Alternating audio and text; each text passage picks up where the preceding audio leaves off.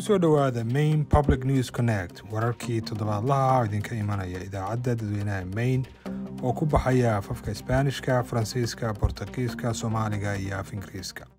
Bismillaahi raxmaani raxiim. Magangelyo doonka oo jooga miyiga Maine, tamarta guryaha, cuntada la daadiyo iyo weliba caleendhaca. asalaamu calaykum daawadayaal, maanta waa maalin jimco ah, bisha Sebtembarna ay tahay 27. waxaan halkan idinku soo gudbinaynaa qodobadii wararka ugu muhiimsanaa toddobaadkan, waxaana idinla socodsiinaya anigoo ah Maxamed Xasan. haatana kusoo dhowaada wararkii oo faahfaahsan. Magangelyo doonka oo jooga miyiga Maine. dhowr hay-adood oo aan faa'iido doon ahayn oo ka shaqeeya Maine ayay hogaamiyeyaasha guryuhu ay soo bandhigeen faa'iidooyinka dhaqaale ee ay soo galootigu u leeyihiin gobolka oo dhan.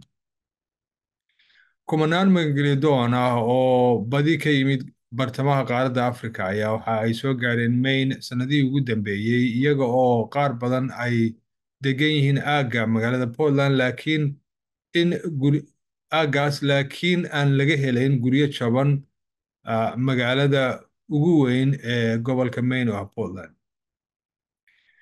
taageerayaashu waxa ay yidhaahdeen taasi waxay fursad u siinaysaa bulshooyinka kale ee Maine inay soo dhoweeyaan soo galootiga meelaha ay shaqooyinka badani ka jiraan, shirkaduhuna ay ku dhibaataysan yihiin inay helaan shaqaale ku filan. saraakiisha ayaa waxa ay u arkaan in soo galootiga cusubi ay faa'iido dhaqaale u yihiin bulshooyinka gobolka oo dhan, waxayna gacan ka geysan karaan bay yidhaahdeen ka hortagga shaqo la'aanta. laakiin caqabado ayaa weli jira oo ay ka mid yihiin dad aragtiyo xunxun ka qaba dadka soo galootiga iyo dowladda federaalka oo sharcigeedu uuna u ogolaanayn ugu yaraan 6 bilood hore markay dadku xareystaan codsiga magangelyada inay shaqayn karaan. tamarta ama korontada guryaha. Maine ayaa waxay bilaabaysaa barnaamij cusub oo ku saabsan dhimista tamarta guryaha loo isticmaalo dadka mulkiilayaasha guryaha ee dakhligoodu ka hooseeyo 80% si ay u iibsadaan matoorka kuleylka dhaliya. gudoomiyaha gobolka Janet Mills ayaa waxay sheegtay in barnaamijkan looga gol leeyahay in lagu dhimo biilasha dadka kaga baxa kululeynta guryaha iyo in gobolka laga caawiyo inuu gaadho heerka ama yoolkiisa cimilada. milkiilayaasha guryaha ee dakhligoodu ka hooseeya 80% ayaa waxa iyagu xaq u yeelan doonaan inay helaan ilaa $14,500 oo ay ku iibsadaan qalabka kuna rakibaan qalabka bamka ama matoorka korontada isagu dhaliya kuleylka dhaliyaan dhahde. arrintani waxay haddaba qayb ka tahay yoolka guud ee lagu dhimayo ku tiirsanaanta gobolka ee saliidda loo adeegsado in lagu kuleeyo guryaha, taasoo ay gudoomiyaha Mills sheegtay in malaayiin dollar ay kaga baxayeen dadka markii ay iyadu xilka la wareegtay. barnaamijkan waxaa lagu maalgelinayaa $36 milyan oo ka timid xeerka dhimista sicir bararka ee dowladda federaalku ay ansixisay sanadkii 2022.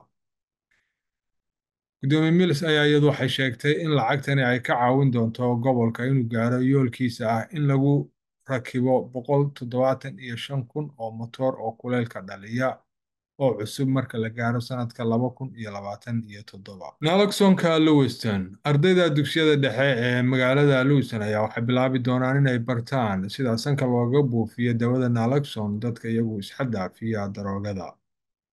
sharciga gobolka ee la ansixiyey sanadkii hore ayaa wuxuu dhigayaa in ardayda dugsiyada dhexe iyo sare ay qaataan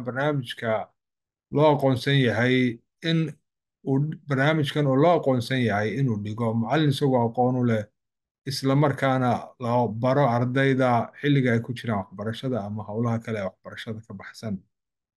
sida ku cad sharciga cusub, dhammaan dugsiyada dadweynuhu waa inay ardayda dugsiyada ay ku tababaraan isticmaalka naloxon, CPR iyo weliba defibrillator, kuwaasoo iyagu ah kuwo lagu kiciyo wadnaha markuu ruuxu istaago. cuntada qashinka lagu daro.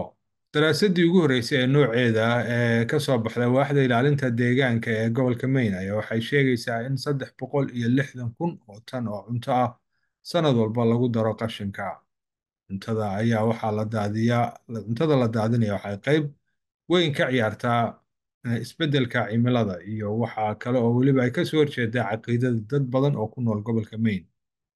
daba inta badan cuntada la daadiyaana waxay ka soo baxdaa qoysaska ama guryaha. meesha labaad iyaduna cuntada la daadiyaa ay ka timaado ayaa waxay tahay beeraha oon iyagana xilligoodii la gurin, iyadoo daraasadan loogu talagalay in lagu wargeliyo siyaasadda cimilada ee gobolka. mas-uuliyiintu waxay rajeynayaan inay sidoo kale ku dhiirigeliso qoysasku inay qaadaan tallaabooyin iyagu ay kula dagaalamayaan daadinta cuntada. caleendhaca xilliga caleentu dhacda ee dayrta ayaa si rasmi ah wuxuu uga socdaa qaybaha waqooyi ee gobolka. khubarada iyagoo midabada ee geedaha ee Maine ayaa waxay sheegeen in tani ay noqon kari doonto xilli wanaagsan oo gobolka oo dhan ay isbedelaan midabka caleemuhu.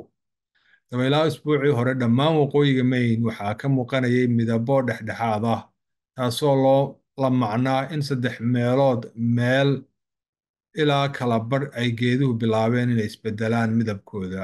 dhanka kale, dhir aan iyagu badnayn ayaa lagu soo warramayaa inay midabkoodiiba isbedeleen koonfurta iyo xeebaha Maine. guud ahaan, kaymaha Jackman ee bariga iyo galbeedka kala xiga magaalada Holton iyagana waxaa lagu soo warramayaa inay caleentii ay isbedelayso midabkeedu. deegaamada kale ee gobolka ee galbeed iyo bartamaha iyo xeebaha weliba Maine ayaa iyagu waxay weli yihiin cagaar qurux badan, laakiin dhaxanta habeenadan dambe soo dhacday ayaa waxaa la filayaa inay taa isbeddelka midabada ee caleemaha ay dedejin doonto. saraakiisha gobolka ayaa waxay sheegeen in ay Maine heshay roob ku filan xilligii xagaaga ahaa, taasina ay horseedi doonto in dayrtan la arko midabo fara badan oo qurux badan oo gobolka oo dhan ah. wadayaal halkaad nagala socoteen waa Maine Public News Connect. waad mahadsantihiin. waxaan u mahadcelinaynaa saaxiibadayada bulshada ee naga caawiyey soo saarista barnaamijkan. Maine Public News Connect waxaa suurageliyey bankiga Seaport Credit Union, dukaanka Hannaford Supermarkets, IDEX, fiiska guryeynta ee Maine, Coastal Enterprises, Cover Maine, ururka Sam L. Cohen, Koo iyo Patricia Ewan, ururka Maine Health Access, iyo xafiiska adeega bulshada ee Maine.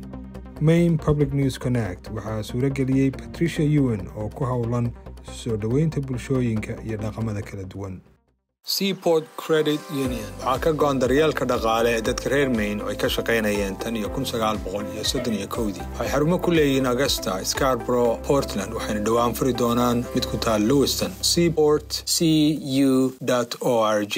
suuqa Hannaford wuxuu u dabaaldegayaa shaqaalahooda iyo macaamiishooda oo ah dad kala duwan iyo dhammaan bulshooyinka. waxaa suuqa ka go'an inay abuuraan goob soo dhoweyn si wada jir ahna waa meel ka sii weyn suuq. si aad wax badan u ogaato, booqo hannaford.com.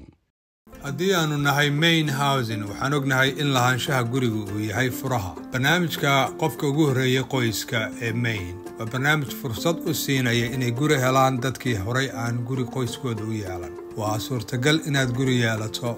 faahfaahin dheeraada kala soco mainehousing.org. haddii lagaa gooyey caymiska caafimaadka ama noloshaada uu ku yimid isbeddel weyn, waxaad heli kartaa kaalmaad iskaga bixiso caymiska caafimaadka adigoo booqanaya coverme.gov. waxyaalo badan ayaa iska beddelay MaineCare. ka warhay si aad caymiskaaga u ilaashato oo warbixintaadii ugu dambaysay ku qor maineconnection.gov.